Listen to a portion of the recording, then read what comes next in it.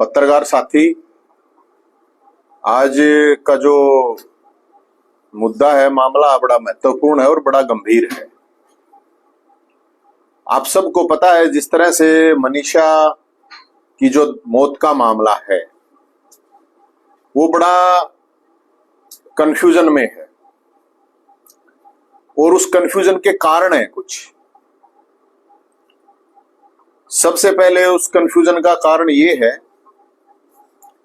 कि आज उसके फादर का फिर बयान आया है कि वो जांच से संतुष्ट नहीं है और उनकी बेटी आत्महत्या नहीं कर सकती। कंफ्यूजन का कारण ये है कि प्रशासन की तरफ से, पुलिस की तरफ से, सरकार की तरफ से कोई भी आदमी सामने नहीं आ रहा है। खासकर पत्रकारों के सामने कोई भी नहीं आ रहा है। पत्रकारों के ऊपर केस की धमकी, पत्रकारों को डराया धमकाया जा रहा है और अभी सूचना मिली है कि इंटरनेट भी बंद कर दिया गया है। अब ये मामला मैं आपको 2-3 वीडियो सुनाऊंगा, आप उस वीडियो से सारी चीजें निकल के आएंगी। मैं ये भाई कमेटी के तरफ से गए हुए, कमेटी की तरफ से, ये रवि नाम है और ये गए हुए हैं, तो धरने पे थे ये। और ये सुनिए आप क्या कह रहे हैं।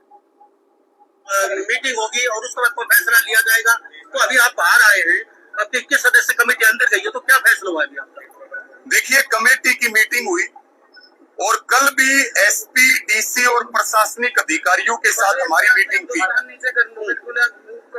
मीटिंग थी। उनके साथ में, और अधिकारियों का ये कहना था कि हमें सहयोग चाहिए और हमने अपनी कमेटी की तरफ से, परिवार की तरफ से प्रशासन को, पुलिस प्रशासन को ये वायदा किया था कि हम हर कदम पे सहयोग करेंगे, हर कदम पे सहयोग करने के लिए तैयार हैं। हमें तो पूरे षड्यंत्र का खुलासा और जो दोषी है उनके ऊपर हमें कार्रवाई चाहिए, हमारी मांग ये है। और अभी हमारी लगभग 10 सदस्यों की कमेटी, जो हमारी इस बहन के कुछ सैंपल जो गए थे एफएसएल लैब में, उनकी जो रिपोर्ट्स हैं, डॉक्टरों के साथ डिस्कस करके परिवार और कमेटी के साथियों के साथ वो लैब में देंगे। और अभी 10-11 सदस्य उसके लिए लैब के लिए रवाना हो रहे हैं और उसके बाद प्रशासन के साथ हमारी मीटिंग होगी और मीटिंग के बाद आगे की जो रणनीति रहेगी, क्योंकि इन्वेस्टिगेशन करना है पुलिस का काम। हम केवल ये चाहते हैं इन्वेस्टिगेशन ईमानदारी से हो, निर्दोष कोई फंसना नहीं चाहिए, दोषी कोई बचना नहीं चाहिए। और पूरा देश और प्रदेश टकटकी लगा करके इस बहन को न्याय दिलाने का इंतजार कर रहा है। तो आगे की जो बातचीत होगी वो हम प्रशासनिक अधिकारियों से मीटिंग के बाद आपको बताएंगे।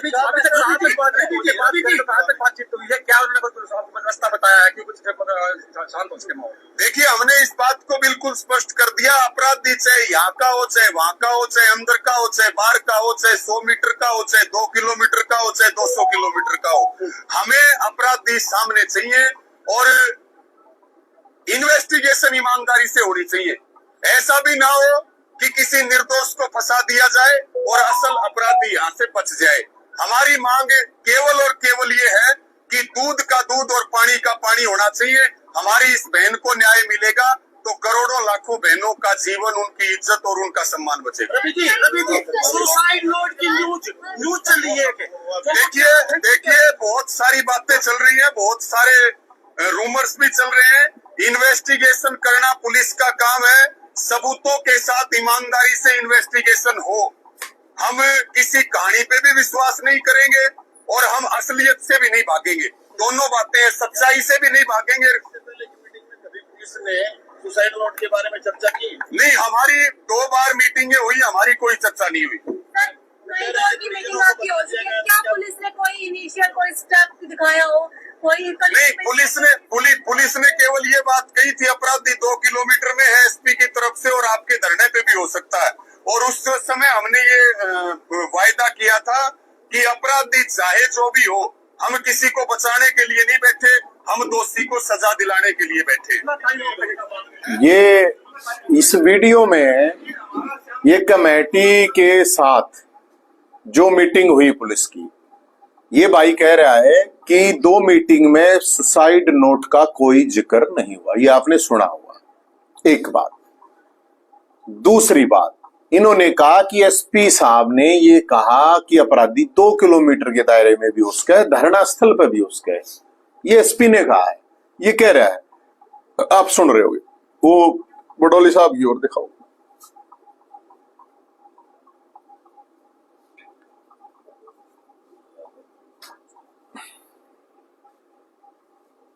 ये इतनी बड़ी झूठ मीडिया के आप चैनल पर बैठकर कह रहे हैं, और आप अच्छे पत्रकार हैं, आप पता करिए वो पकड़े गए हैं और उनके सारे कागजात, उनकी सारी जानकारी मीडिया में है। लेकिन कुछ लोग, कुछ यूट्यूबर भाई उसको गलत भी प्रचारित करते हैं।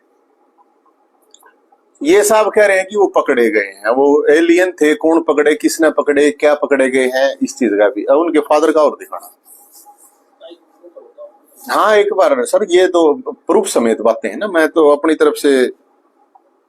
मेरी बेटी कभी भी आत्महत्या नहीं कर सकती, मेरे को इतना उसके ऊपर विश्वास है और प्रशासन करेगी उसने आत्महत्या की है। मेरे को ना उसका न्याय सही है, मैं उस चीज को नहीं मानता कि मेरी बेटी आत्महत्या कर देगी। और उन्होंने सारी मेडिकल टीम ने ये दिखाया कि उसने आत्महत्या की है। मैं कहता हूँ कि उसने आत्महत्या की है नहीं है। मेरे को इससे ये है कि मेरे को उस बेटी का न्याय चाहिए। आपको दबाया भी गया हुआ है, प्रशासन दबाया भी आपने? प्रशासन ने दबाया है, कमेटी ने मेरे को दबाया है। अब ये है 3 वीडियो मैंने आपको दिखाया। इसका बाप कह रहा है कि प्रशासन ने कमेटी को दबाया, कमेटी ने इसके बाप को दबाया। हमारी तरफ से इसमें कुछ नहीं कहा जा रहा। अब सवाल ये उठता है कि भाई शुरू से एक बातचीत चल रही है कि भाई इसकी सीबीआई जांच करवा दो। मुख्यमंत्री साहब, सैनी साहब ने बयान दिया था अभी कि वो हमारे परिवार की बेटी है। तो परिवार की बेटी है तो मुख्यमंत्री साहब को सामने आना चाहिए था। एसपी साहब ने कल भी प्रेस कॉन्फ्रेंस नहीं करी। कल निकल के आया कि ये लेटर अनऑफिशियली तरीके से घूम गया हर जगह पे कि ये सुसाइड नोट है। ये सुसाइड नोट कैसे आया? ये तो पुलिस की प्रॉपर्टी थी। पुलिस की प्रॉपर्टी कैसे लीक हुई या किसी ने चोरी करी? सवाल इस बात का है। जो भी चीज आ रही है, मेडिकल रिपोर्ट आ रही है तो उसके ऊपर भी पोस्ट डाल देते हैं, मीडिया में आ जाती है ये मेडिकल रिपोर्ट है। तो एसपी साहब को मीडिया के सामने आने में समस्या क्या है? और ये मामला अब भिवानी का है ही नहीं, ये तो पूरे हरियाणा का है। तो इस पे डीजीपी साहब को आना चाहिए, मुख्यमंत्री साहब को आना चाहिए। अगर ये सुसाइड है तथ्यात्मक तरीके से रखने से, ये साहब कह रहे हैं अब कमेटी वाले डरे हैं, बिके हैं, सेटिंग करी है, क्या करया है क्या नहीं करया है, इसका कौन क्या कहेगा बताओ। अब कहा जा रहा है कि उसका दाह संस्कार जबरदस्ती से। भाई जब लोग संतुष्ट नहीं, जनता संतुष्ट नहीं है, आपकी बात मान लीजिए, आप कह रहे हो कि सुसाइड है, 100% मान लो इस बात को कि भाई सुसाइड है, मान लिया, एक नहीं आप 100% मान लो। तो ये जो सुसाइड लेटर था ये बाहर क्यों नहीं आया? 7 दिन के बाद इस सुसाइड लेटर का बाहर आने का मतलब क्या है? चलो मान लिया आपकी ये सुसाइड लेटर 7 दिन के बाद आ गया, तो फिर सवाल उठता है जब सुसाइड ही था तो फिर वो उस एसपी को बदलने की क्या जरूरत है? उसने क्या खोट करा? वो पुलिस वालों को सस्पेंड, उन्होंने था 112 वाले ने कही है ना ये बात है कि भाई सर्टिफिकेट वाला। उस धरना स्थल से जो चीजें चल रही थी वही बात तो सब बोल रहे थे, हम भी वही बोल रहे थे और भी पब्लिक वही बोल रही थी। ये लाखों लोगों की भावनाएं इस मामले से जुड़ी हुई हैं। और हम पहले भी कह चुके हैं, क्या किसी बड़े नेता, बड़े अधिकारी, बड़े व्यापारी की बेटी होती तो भी क्या इस तरह की चीजें होती? अब अध्यक्ष जी कह रहे हैं कि वो कह रहे हैं वो तो पकड़ लिए। कल आपने देखा होगा कि जो कल अखबारों में भी आई थी कि एसपी साहब ने कहा, वहां पर जाकर बता रहे हैं, ये कमेटी वाला ही कह रहा है कि भाई 2 किलोमीटर के दायरे में अपराधी, धरना स्थल पर भी उसका है। श्रुति चौधरी जो मिनिस्टर है उसने कहा कि हम अपराधियों के बहुत नजदीक लग चुके हैं। तो किसके नजदीक लग रहे थे भाई ये? और एकदम वो क्यों? वो लड़की आपने स्कूल गई है, वो फिर बता रहे हैं वहां से उसने दवाई ली, फिर वो एक कॉलेज में गई है, जो बता रहे हैं कि फिर वो एक कॉलेज में गई है, उस कॉलेज के पास में मिली है। अब बता रहे हैं कि भाई उसको कुत्तों ने नोच रखा है। अब जब सारी चीजें इतनी आपकी एग्जैक्ट हैं, फुल प्रूफ हैं, तो मुझे एक बात समझ में नहीं आ रही कि शासन प्रशासन की तरफ से क्यों कोई सामने नहीं आ रहा है, क्यों मीडिया के जनता के सवालों से भाग रहा है पूरा का पूरा सिस्टम। अब वो लड़की अगर एक गरीब घर की लड़की है, और मैं मुख्यमंत्री साहब से बताना चाहता हूं कि मुख्यमंत्री साहब को खुद आना चाहिए सामने, खुद आगे बताए, डीजीपी को साथ में लेकर बैठे, एसपी को साथ में लेकर बैठे, परिवार को साथ में लेकर बैठे, उस कमेटी को साथ में लेकर बैठे। अब वो कमेटी कल बयान देने के बाद 18-20 घंटे से गायब है, कोई बोल नहीं रहा है, उस कमेटी का कोई आदमी नहीं बोल रहा है यार। अरे अगर आपको लगता है कि वो सुसाइड है तो सामने आके बताओ। आप जिसको षड्यंत्र बता रहे थे, आप बताओ अब कि वो षड्यंत्र नहीं, सुसाइड है। फिर उन पुलिस वालों की कह रहे हैं, वो कल मंत्री जी कह रही थी पुलिस वालों की जिंदगी खराब कर दी हमने, तो फिर पुलिस वालों की जिंदगी खराब क्यों कर दी भाई?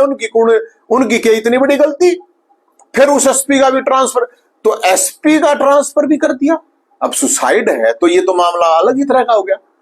तो हम ये कहना चाहते हैं, और मैं एक नौजवानों से एक बात कहना चाहता हूं, अभी इंटरनेट भी बंद हो गया, कि इससे पहले मैं अपने साथियों से सबसे हाथ जोड़ के रिक्वेस्ट कर रहा हूं, कोई भी हुड़दंग नहीं करना है, रोड जाम नहीं करना है, पंगा नहीं करना है।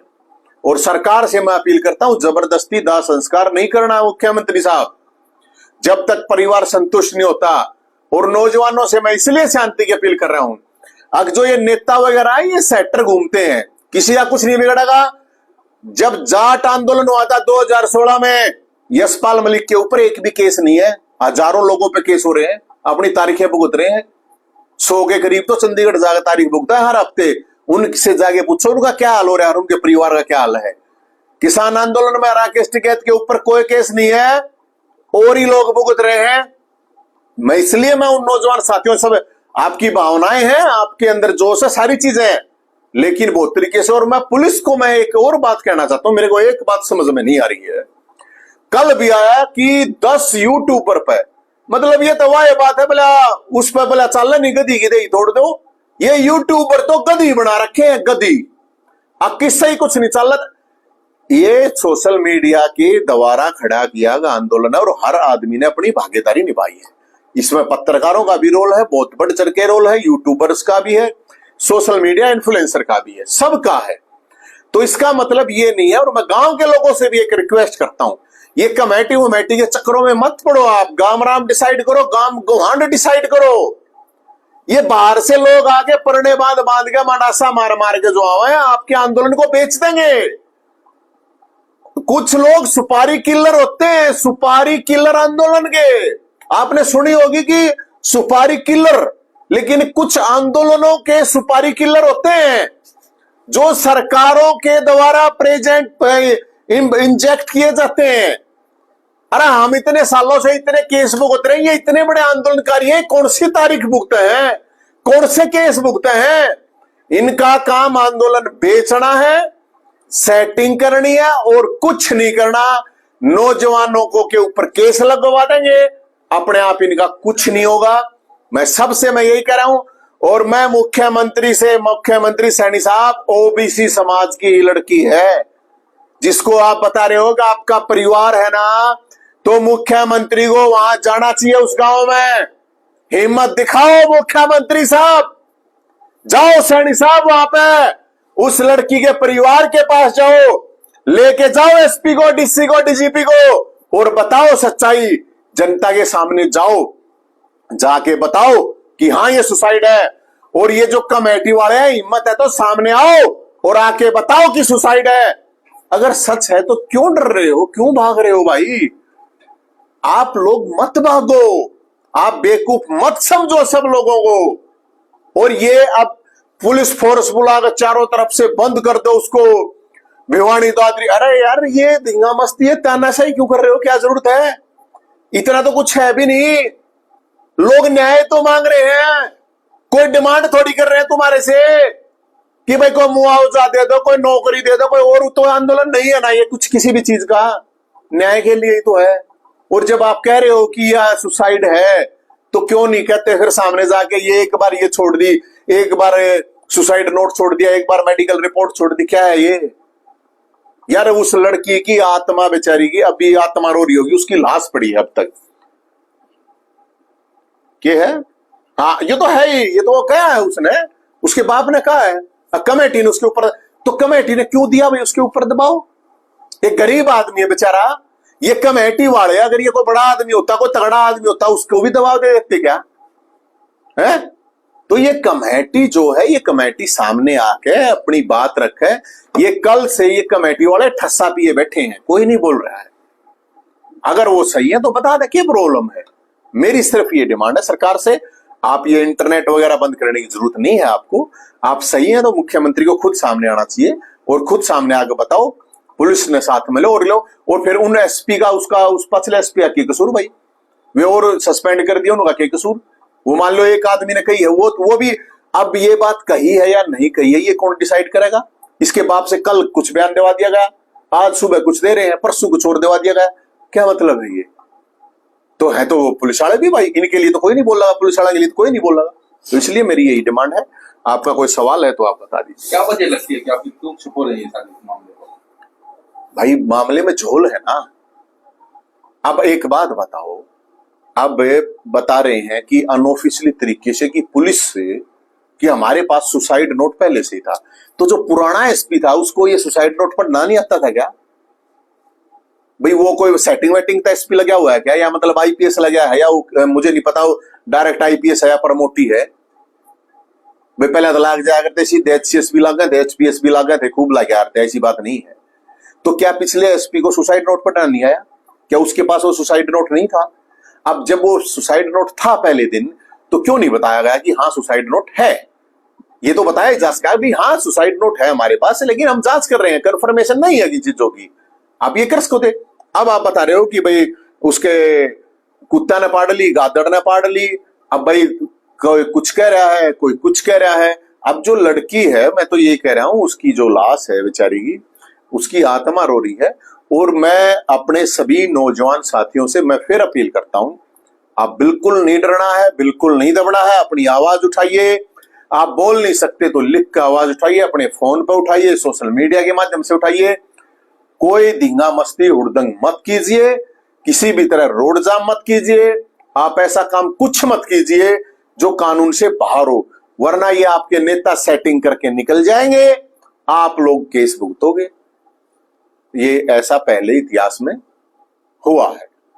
तो और पत्रकार साथियों से मैं, यूट्यूबर से मैं कह रहा हूं, कतई डरने की जरूरत नहीं है। कोई आपको दबाने की अब आ रही है वो कि यूट्यूबर के ऊपर 10 के ऊपर मामले दर्ज, ले अरे यूट्यूबर ना पकड़ो, यूट्यूबर ना पकड़ो, गधी बना रहे कि यूट्यूबर की यार, ये कोई मतलब है? वो आवाज उठा रहे हैं, गलत क्या कर दिया भाई? अगर कोई गलत बात है भी तो कह दो भाई, डिलीट कर दे। ये डराने का है और कुछ नहीं है ये। और कोई आपका सवाल है तो आप बता दें।